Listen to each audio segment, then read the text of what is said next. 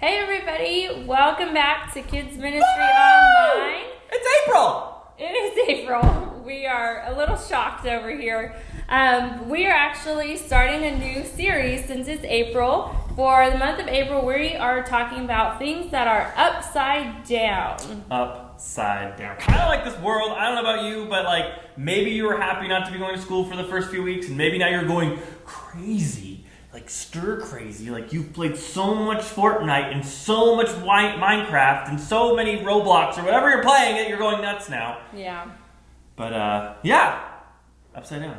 Upside down. Upside down. In fact, we've been thinking about what does that mean, what does that look like, and we're going to play a little game, aren't we? Mm-hmm. We've selected some fun things, and we're just going to turn upside down and let them fall and see what happens. So, check out this week's.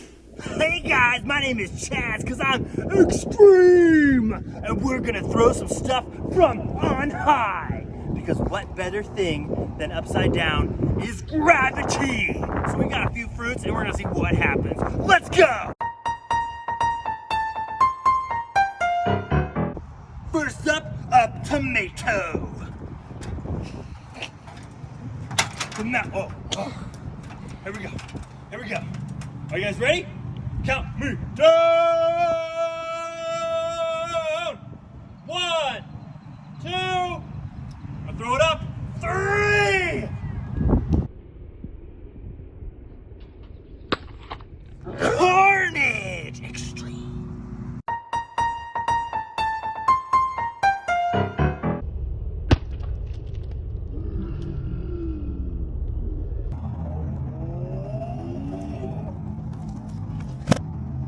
Oh, R.I.P.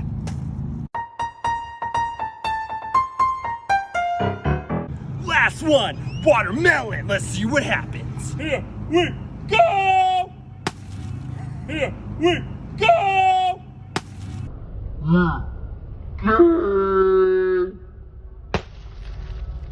Extreme! Back to you, Jimmy. Whoa! Wow. It exploded. That was super cool. Yeah, that was awesome. Well, we're talking about upside down, and we're talking about specifically Jesus coming to this world and turning it upside down, changing everything in an instant. And obviously Easter's coming up, and that was the biggest thing, right? Jesus dying for our sins and just changing our lives, for the future of history forever, really. Yep. And so let's take a look really at how Jesus started doing that in today's Bible story. Take a look.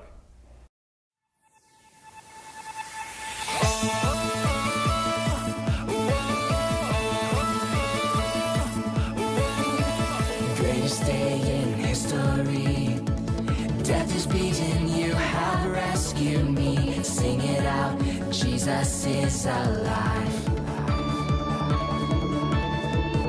Empty cross, the empty grave. Life eternal, you have won the day. Shout it out, Jesus is alive. He's alive. And happy day. You wash my sin away. Oh, happy day. I'll never be the same. Forever I'm changed.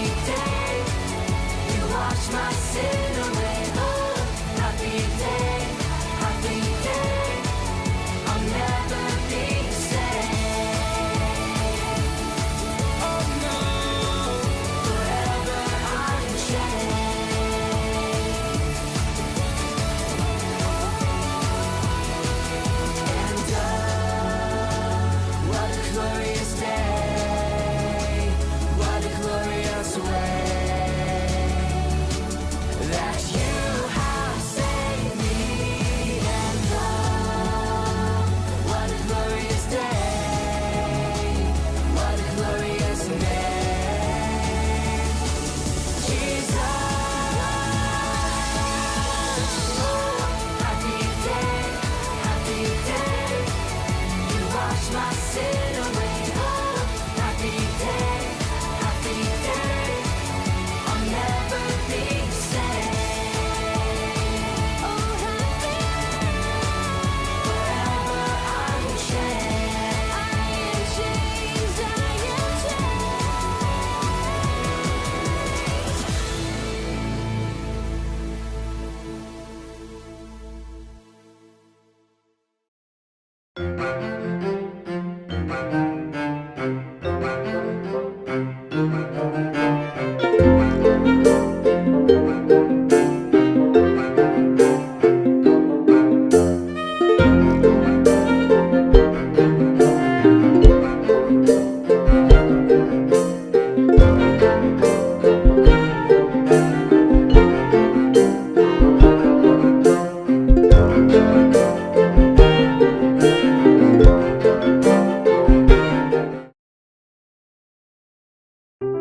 The Bible. It's 66 books of history, stories, letters, and poetry that fit together to form God's one big story.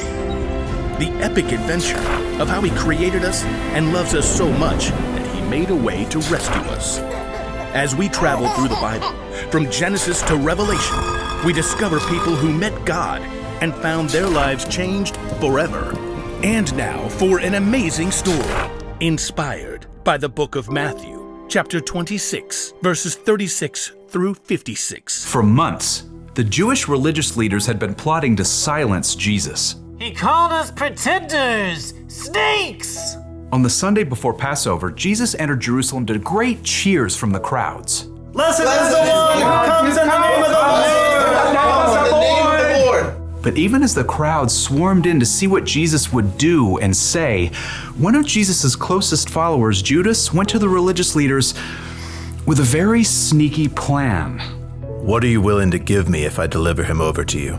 How about a cool 30 pieces of silver? Jesus knew these plans, but he also knew that his mission was to face those who hated him and let them take him without defending himself. He prepared his closest friends for this during a Passover meal, and then afterwards led them out of the city toward the Mount of Olives. Judas had already left them. In a little while, you will no longer see me. Then after a little while, you will see me. I came from the Father and entered the world. Now I am leaving the world and going back to the Father. The air cooled as the evening darkened. This very night, you will all turn away because of me. Peter, the most outspoken of Jesus' friends, quickened his step and tightened his hand on the sword he was carrying. All the others may turn away because of you, but I never will. What I'm about to tell you is true. It will happen tonight. Before the rooster crows, you will say 3 times that you don't know me. I may have to die with you, but I will never say I don't know you. Me too. Same. By the time Jesus and his friends reached the Garden of Gethsemane, they were exhausted. Sit here while I go over there and pray. As the other disciples settled in on the cold, rough ground, Jesus took Peter, James, and John along with him to a grove of ancient olive trees. The weight of what was coming pressed down on him. My soul is very sad. I feel close to death. Stay here. Keep watch with me. We're here for you. We got this. Prayers. The 3 friends found seats among the knotted tree roots, and Jesus went on a little further. Then suddenly, he fell down on the ground, face first into the dirt. Words poured out from deep inside. My Father, if it is possible, take this cup of suffering away from me. But let what you want be done, not what I want. After a short time, Jesus returned to his friends. They had all fallen into restless sleep. Jesus touched Peter's arm.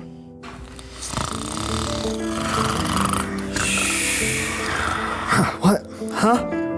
We're just praying. Couldn't you men keep watch with me for 1 hour? Watch and pray. Then you won't fall into sin when you are tempted. The spirit is willing, but the body is weak. We'll stay awake this time. Got you covered. Again, Jesus threw himself down to pray. His pain was so deep, blood and sweat beaded on his forehead. My Father, is it possible for this cup to be taken away? but if I must drink it, may what you want be done." Jesus returned to his friends once more to find them still sleeping. The agony in his spirit forced Jesus to lay his heart out to God once more. He prayed the desperate words again, begging God to take away what was coming, and at the same time, revealing his complete trust in God's plan. "Let what you want be done, not what I want." At last, Jesus knew the time had come. He returned to find Peter, James, and John buried deep in sleep. Beyond them, his other followers slept too. "Are you still sleeping and resting?" The disciples struggled through a fog of sleep, blinking and yawning. Below them, torchlight showed an angry mob climbing up the hill. The men were waving swords and clubs, shouting as they came. "Look, the hour has come. The Son of Man is about to be handed over to sinners. Get up, let us go. Here comes the one who is handing me over to them." Jesus' friends staggered to their feet, and Peter clutched his sword. As the mob marched closer, they could see the man in front of the mob. It was their friend Judas. Judas? What are you doing? The mob had been sent by the Jewish religious leaders. Judas had already explained to them that he would greet Jesus with a kiss, so they would know exactly which man to arrest. Greetings, teacher. Judas ignored the other disciples and went directly to Jesus, kissing him on the cheek in greeting. Jesus drew back and looked Judas directly in the face. "Friend, do what you came to do." The mob surged forward as the disciples just stood there, frozen and confused. As men grabbed Jesus, Peter suddenly sprang to life, awkwardly drawing his sword. Should we use our swords? Peter didn't wait for an answer, but he struck out wildly. His blade sliced right through the ear of the high priest's servant. "Oh! Stop this!" Jesus touched the servant's ear. Immediately, he was healed. "Put your sword back in its place. Do you think I can't ask my Father for help? He would send an army of more than 70,000 angels right away. But then how would the scriptures come true? They say it must happen in this way." Jesus turned back to the mob and the men who held him. They hovered there, uncertain, in the flickering light of their torches. "Am I leading a band of armed men against you? Do you have to come out with swords and clubs to capture me? Every day I sat in the temple courtyard teaching, and you didn't arrest me. But all this has happened so that the words of the prophets would come true." No one could respond to Jesus. Instead, they arrested him and led him away. And his friends who said they'd be with him through anything ran away. Jesus made the choice that would bring life to everyone, but that would cost him everything.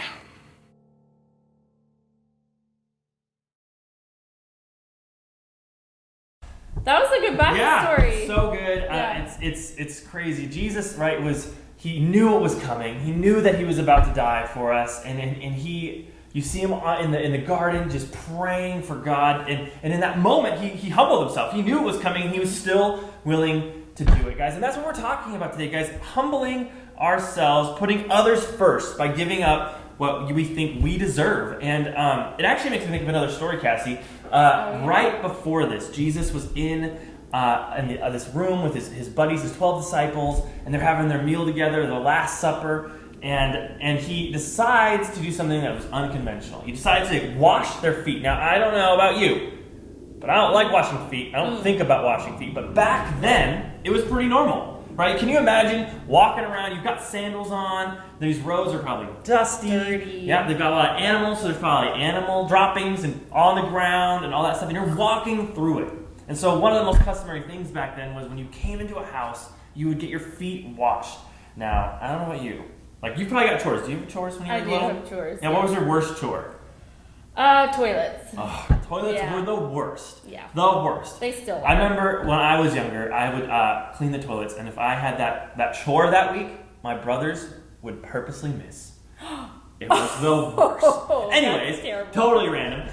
But anyways, Jesus, right? He's a rabbi, he's a teacher, he's the leader of this group. You would think he, in a place of honor, he would never, ever do this type of thing. It was reserved for the lowliest of servants. No servant wanted this job. It was the lowest rung, the worst chore you could possibly get because you're cleaning gross, stinky Nasty feet. But Jesus Gross. Jesus humbled himself, though. Jesus humbled himself, and he decided, I'm going to wash the feet of my disciples, because he was trying to teach them this lesson, that no matter how the world thinks how great you are, how good you are at sports or whatever, right, you still need to be humble and put others first. And so, Cassie, I've decided I'm gonna wash her feet stink, by the way. Yep, I have stinky feet. But I'm gonna wash them. I'm gonna humble myself, and I'm gonna wash your feet because they stink, and I can smell them from here. Oh, so, wow. So guys, that's a huge humble act. It's yeah. gross. All right. But anyways, my point, guys, this week, hey, I encourage you. Think of others. Do something for someone else that you normally wouldn't do. And even if you don't want to, right? Maybe it's just doing your chores without being told to do them. Or maybe it's helping your siblings with something. Schoolwork, maybe. Schoolwork. Or your neighbor, right? Or maybe you can go over and rake your neighbor's leaves. Who knows? But I encourage you this week, do something for someone else. Think of someone else besides yourself. So, all right, guys, I'll see you next week. We'll see you next week. We'll see you. But I'm gonna wash Cassie's feet now. I'm not excited about it, but I'm gonna do it. Are you ready? No. This is what I'm wearing today. She went on a jog. Yep. Nice Jogging. and sweaty. All right, guys. Bye.